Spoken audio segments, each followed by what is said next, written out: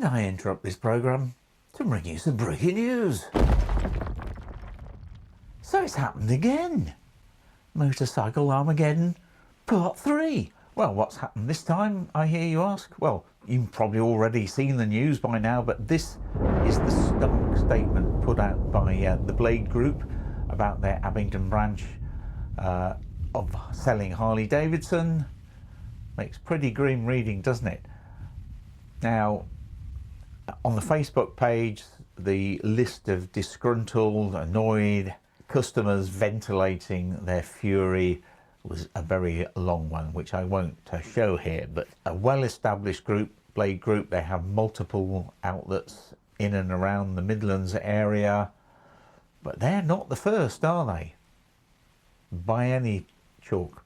So let's show you some of the other stuff. Very little available at time of making this video.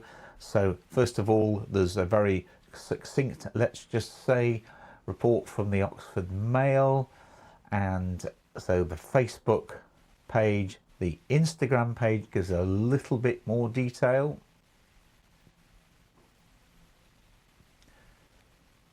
But really nothing as yet to indicate why, but it was put up yesterday as I'm recording this, a minute past midday, suddenly and without any further notice.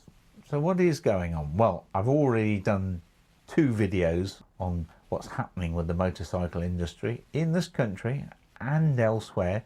So I've got a video coming on KTM that hopefully simplifies the situation and gives an understanding of why it came about, but it doesn't really help people who are stuck in the middle of it. So we've got to have customers who are waiting for bikes to be delivered or collected or finished servicing or accessories or just a response from the sales guy. So that's not going to happen now. The employees are all going to be out of work, or at least pending. Maybe some can be redeployed to other branches. It is a multi-franchise operation, but some others will just be made unemployed.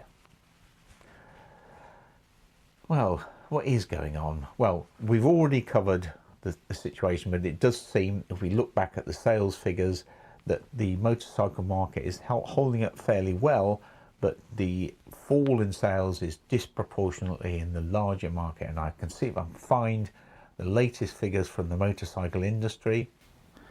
Now, whilst the motorcycle industry figures show an overall 2.5% gain, there was a 14% increase in December, and that has distorted the figures. This is due to people rushing to register their bikes before Euro 5 comes into force. So what do we make of it? Well, looks like the slippery slide down the slope is not yet over. I think it will end. Of course, the economy is still pretty sluggish. There is some minor improvements that were announced yesterday, and today there's been some growth in the economy, a very small amount of growth, but it looks likely that there will be a cut in interest rates. This will help some of those companies that have got a lot of debt which they're trying to service. So if they can renegotiate loans, if they can negotiate loans at lower rates, if they can improve the ratio of debt to profit, then the chances are there will be more surviving. But don't forget, very big companies here underlying this.